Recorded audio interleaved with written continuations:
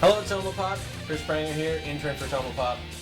It's going to be another Friday, so we got to do another show and tell. And last time I did show and tell, I talked about Pokemon. My other big love of my life is Dragon Ball Z. Therefore, I have to talk all about these Dragon Ball Z action figures that I have.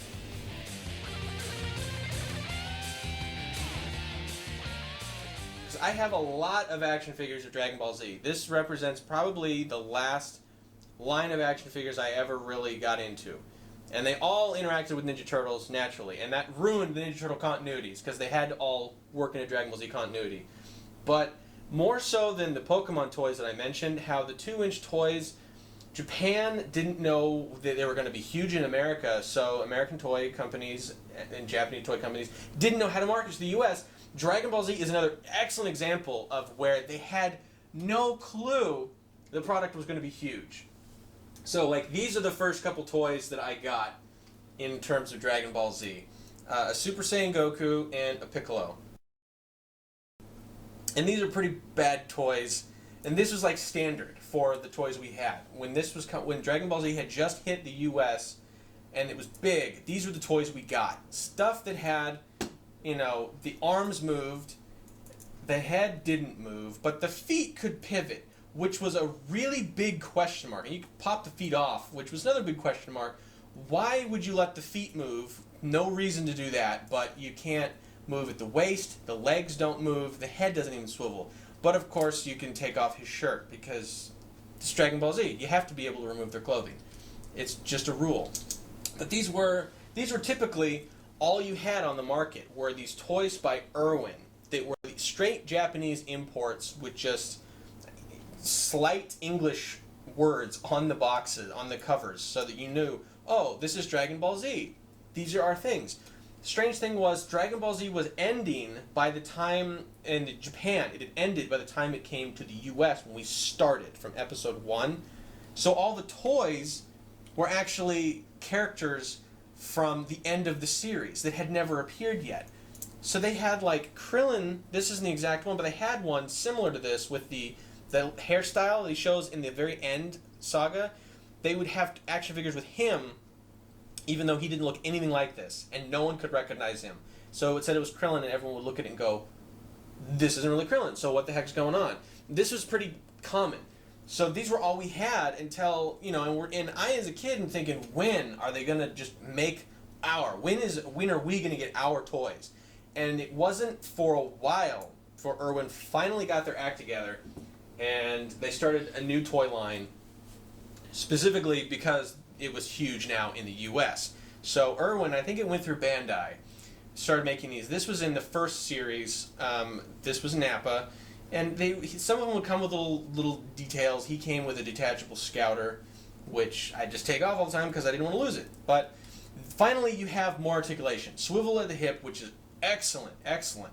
Because now he's got awesome punching abilities, and he can kick out, and he bends everywhere. This was really cool. I really liked this one. But the strangest thing in the first line, you'd think, who needs to appear in the first line of toys? Goku? No, he didn't appear in the first line. He didn't appear in the second line of toys. The first two waves did not have the main character. Third line of toys, if I'm remembering correctly, this is in the third wave before the main character of the show actually appeared in the line of toys. So in the meantime, we got Nappa, we had Raditz, we had Krillin, and all sorts of other characters who were far lesser in the show. Bulma had an action figure, and no one wanted to play with it. So every time you went to the store, you would find a Master Roshi, or a Bulma, or a Chaozu, or all these characters that had zero relevance to the show and weren't even good figures. They were, once again, just like these ones, where the arms would move up and down, and that was about it. And it was a very big question mark. And so it wasn't until, like I said, the third wave where we finally got a legitimate Goku, legitimate Vegeta. I believe that's when Trunks showed up too, and as a legitimate Trunks. All of these finally started appearing by the third wave, and that's when you finally got the really good ones. So like Goku here he was a great figure. He moved in the great poses. You can even put him in like his iconic kind of stance pose he'd always had, which I loved to death. But these were still pretty cheap toys. You can kind of see like his nose has been completely scratched off, so you can see that he has nothing but black plastic is what he's made from. And obviously these are full contact figures. They have to be. That's how the show was made. So they have to beat the hell out of each other. So they're going to scuff and it's going to chip quick. So all of them have chips every which way. But this is when when the toys got good, was right when they figured out, oh, maybe we should put the main characters in toy form, the ones that everyone wants to play with. We're going to do that. And it still was a while until they actually had Super Saiyan forms, which is the other reason people want to get the toys. This was a special edition Goku Super Saiyan that came with like a flying motorcycle, which itself is moronic because all the characters can fly anyway. Why they kept coming with vehicles? I mean, they had Trunks with his time machine, which was cool, but why they needed to put Goku on like a flying speeder bike when he's a Super Saiyan, mind you, was completely baffling. It just made no sense. And so that was the kind of stupid asinine things. Like his hands are built specifically to grip on a motorcycle thing. He can fly around the universe, but they gave him a flying motorcycle. It's as stupid as giving Spider-Man a car. Why would you do that? So that's the type of stuff we were getting until they finally got into the middle lines right during like the Android saga, where the toys showed a significant improvement in paint jobs, especially. Like here was a Goku in an outfit he wore for only a couple episodes when he was training in the hyperbolic time chamber. All fans know what I'm talking about. Non-fans are completely confused, aren't they? Yes, they are. So yeah, so you remember he was in the hyperbolic time chamber for one day, but that equates a whole year in the hyperbolic time chamber time. So he got a year's worth of training in today. Him and his son and Vegeta and Trunks and Piccolo and Tien all did it. So now you all know what happened. But as I'm saying, the toy lines, the figures themselves got far better at this point. So here's Android 16, but it still felt like every time they'd make a step forward, they would take a step backwards, so they'd stay the same place. So here, compared to like the first wave, the paint got much more detailed, and there's a lot of good detail to them. And he even has, a removable hand, just like because he can fire his hands, and they're fireable, they're attacks. But this toy moves better than this toy, because here his arms can't move completely up, so he kind of has doofy poses. His legs can move, but he's kind of standing in a doofy way. And the removable hand they give is not one in the fist, which would be what you would shoot. You'd shoot a fist at someone, you wouldn't shoot a normal hand. So that was just kind of like the puzzling things. Why would they do that? And here is one that especially was kind of strange. This was Android 19. It was a cool little build. I mean, they really well detailed, but they did the usual things with it, where like his legs could move. This was the extent his legs could move, and he's supposed to be able to fight completely. Like he gets full on in a fight between Goku and then with Vegeta, but his action figure can hardly move at all. One of the few women they made in the show action figures of that was a good action figure technically was Android 18, because she was pretty posable, but they put her in the worst possible clothing. They put her in her skirt, even though she had just normal slacks that she wore through the better part of the show, in slacks and other things other than a skirt, which would make her legs, give her legs full mobility. So see, the legs were even built with full mobility in mind, but they can't move because they're trapped in this stupid little plastic skirt. So her legs were useless, and she twisted in half. She was really cheaply made, unfortunately, and I never bothered to. Why would I? She was the woman. What was she gonna do? She couldn't move because she wore a skirt to a Dragon Ball Z fight. She deserved to be in half. That was the rule.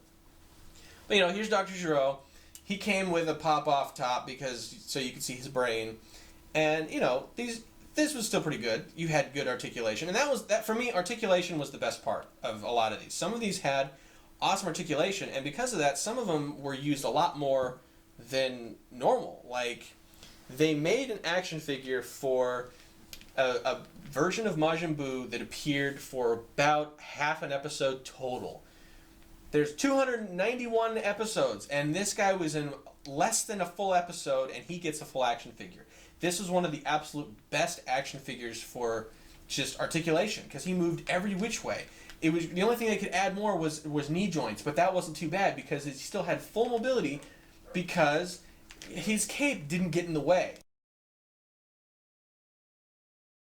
As opposed to Piccolo here, whose cape was completely stuck.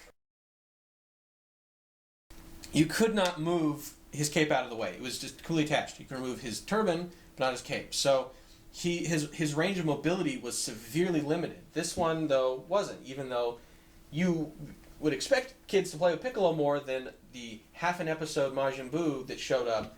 This got a better figure. And that was kind of the strangest part, is you kept getting better figures of lesser characters. Another good example here is perfect version of Cell. He's not bad, but his wings are in such a way that he can hardly move his arms. Plus, they didn't paint him right. He's missing the purple on the side of his face, which really bugged me. But his legs can't even stretch out that much. You make do with him because he's one of the main villains. You have to. And this was the only version of Cell they gave us for the longest time, so you had to make do. And so it's like, okay, well, here's one of the best characters given one of the worst articulation jobs, but then you get someone like Pui Pui, who was in the show for maybe 3 episodes. He has better articulation here, partly because his costume allows it, but still. I mean, he could move, he was in good poses, he just worked. This was a toy that worked. Nobody is rushing out to buy a Pui Pui, unless you're a hardcore fan and you have to relive every single fight, which I almost had to do, but not quite. So you get this, be like, why is this better than this, articulation-wise? It really didn't make any sense. Another one of the worst you had was, who cares, it's Pui Pui, is Majin Buu himself, the first Buu. He had, once again, some of the worst articulation, with legs that you could hardly move around. This was a joke. This is an absolute joke to put legs that could do this.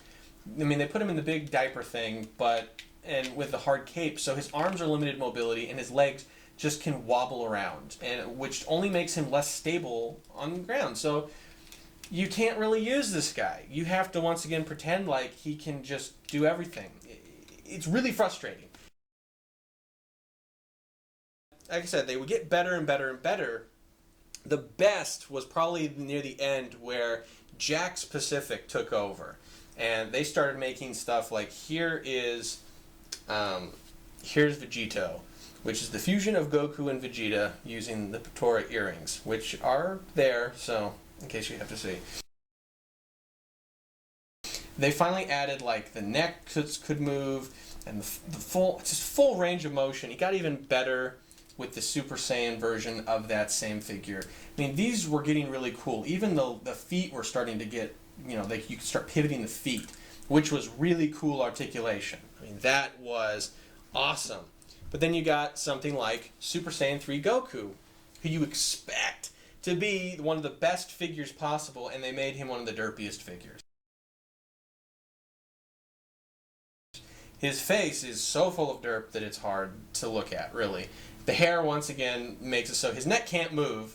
It even looks like the neck is built to be movable, but you cannot move him because his hair is so large. His arms can't move, and they should have also, I mean, this came out in the same line as this. This is an infinitely better figure than this one. Why were they doing these things to us? It's like they figured out how to do it. Any toy maker could look and say, wow, this is a really cool toy. Well, let's make a bunch more of these. And some other guy's like, no, I'm going to make this one instead. That makes more sense, doesn't it? Which, nothing could be worse than the last figure they made, the last villain, Kid Buu. They gave him a boring face. They gave him, They didn't let him bend at the arms or at the elbows or the knees. And his legs could hardly move, and his head could move but hardly move. He didn't have any of these joints. Why would they do that? This is the last one. The last fight is supposed to be between these two. This was what everyone was waiting for, were these two figures to come out so they can finally get it on with the biggest fight possible. And it was terrible. So it was more like Rock'em Sock'em Robots.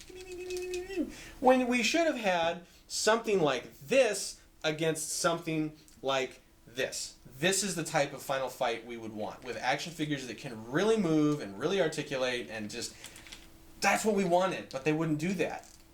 Still, they give us the strange things. Like, here's one of the strangest action figures they made in terms of like something really good, totally worthless in the series. This is Yakon. He was in the show for about an episode as well before he got killed by eating light. He swallowed too much light from Goku and he exploded. But they made a huge action figure of him. A really well detailed action figure, including the tail in the back, and he has even the blades under his hands.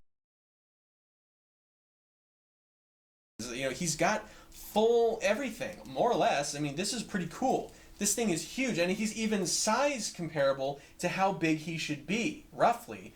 I mean, that's a lot of amount of detail that they just typically, most toy companies wouldn't really care about. I'm surprised they did it, but like I said, this is a character was only in the show for hardly any time. There's no fans of Yakon hoping, oh, I really hope they made a spin-off series with this guy. I want to know what happened to him before he was taken control of by Babidi, who, I mean, why would I buy this little thing? But like I said, I had to buy this. I had to own it, otherwise why wouldn't I? But, you know, a little figure that had almost no articulation. They would make that for the completionist, but then they would make this for the completionist, and it would be really good. So we'd get rewarded for trying to complete a collection, and at the same time, we'd get punished for trying to play as the show demanded, which was just really, really, really sad. And even stranger, you would have these weird forms. Like, here was late in the line, they finally gave us a Frieza, a really good one, but it was a Mecha Frieza. We had, like, a Frieza in his first form, the full-on horns and everything. That was the first form, and if you haven't seen Dragon Ball Z, this is just sounding completely banana pants crazy. But this guy originally had horns and was about 4 times the size. They had a form of him in like part 2, in like the second line, but we didn't get any other Friezas. We didn't get the final form Frieza, and then we'd finally get Mecha Frieza here very late in the line after Jakks Pacific took over. I don't even know which series this one is, but it's pretty late in the line. I'm trying to see. Too late.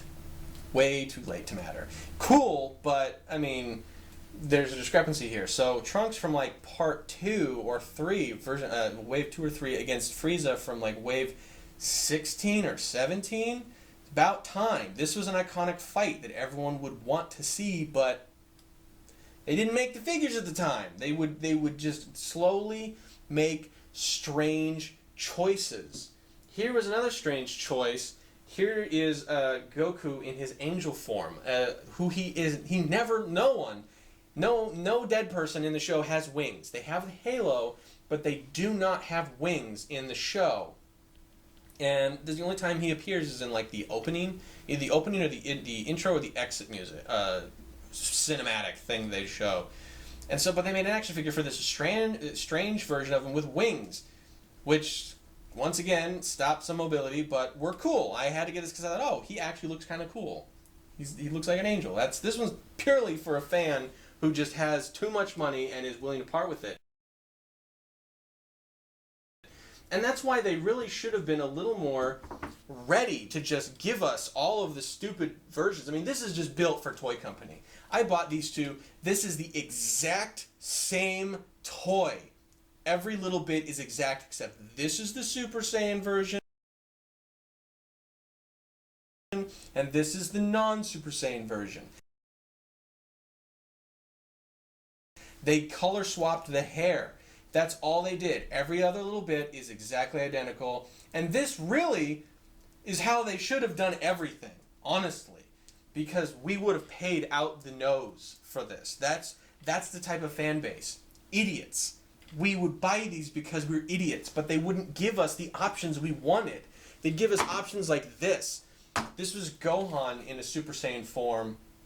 Just a terrible everything. This is not a face of someone who's going out to go fight a world-destroying monster. This is the face of some moron who just got done with prom. I mean, he's not even in a battle pose. He's just kind of standing there. Not even in a good pose for anything. This is just kind of really, really stupid. And then we get a better version of him when he's Mystic Gohan, and he's slightly less moronic, but still, they just kind of make him off. Like, one thing's frustrating, when legs articulate, when you bend a leg, they should not do what they're doing. They shouldn't, like, be touching each other like that. It bugs me. That they should be more spread out like this, because this is more action-wise. This is just kind of strange. Just very strange to me.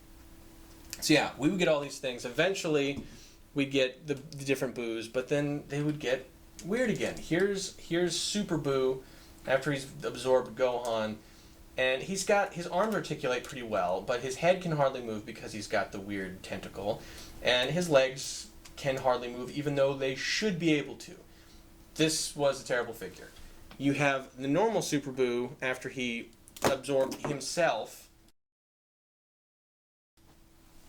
Everyone's confused again. He absorbs himself and becomes this guy. The arms are good, but then the legs are articulate at the knee, but not at the hip, which is incredibly puzzling to do.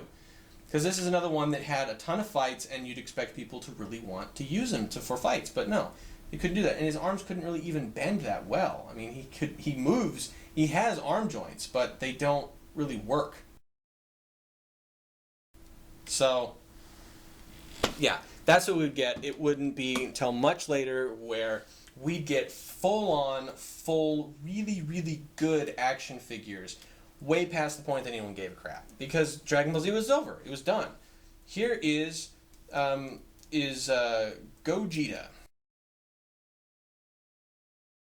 which is another fused form of Goku and Vegeta, but used with the fusion dance, not the earrings.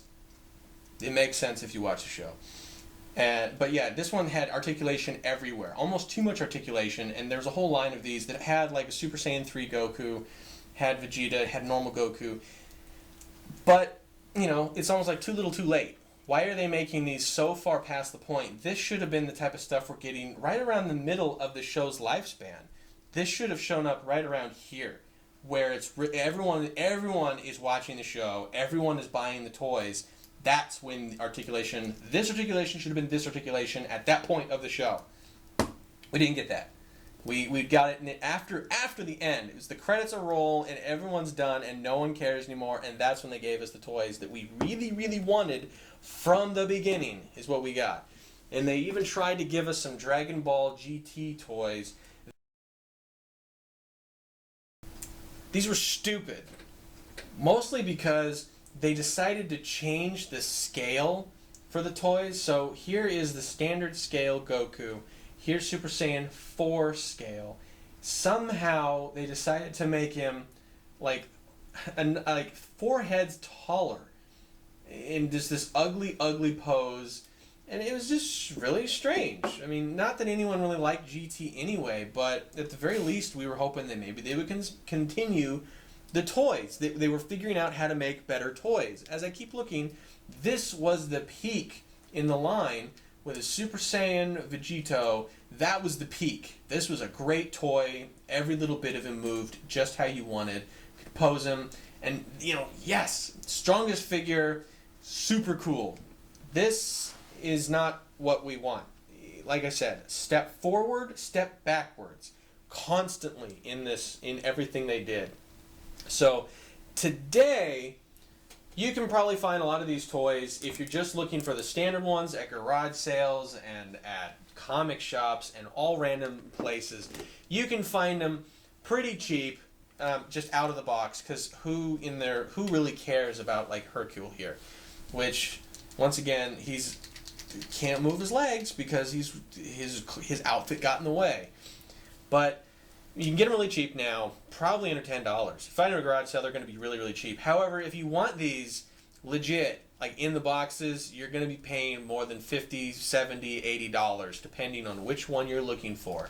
And I guarantee something like this is going to cost you more because no one was going to buy this because they didn't know who it was. Unless you were a grandparent or something. Suddenly a grandparent looks at this and says, whoa, that's got to be the coolest one because it's the biggest and it has blades.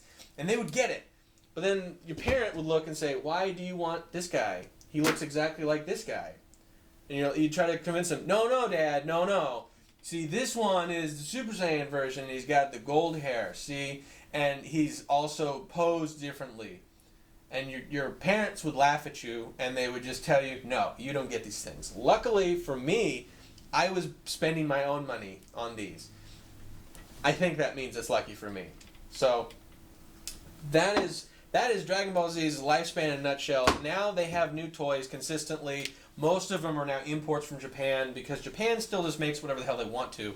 So if you want something cool, we do a bunch of articles. Every time something comes out, I try to cover Dragon Ball Z because I want to talk about it. So, Pedro, put me in, Coach. I want to talk, and that's it. So, Chris Pranger signing off for Tumble Pop.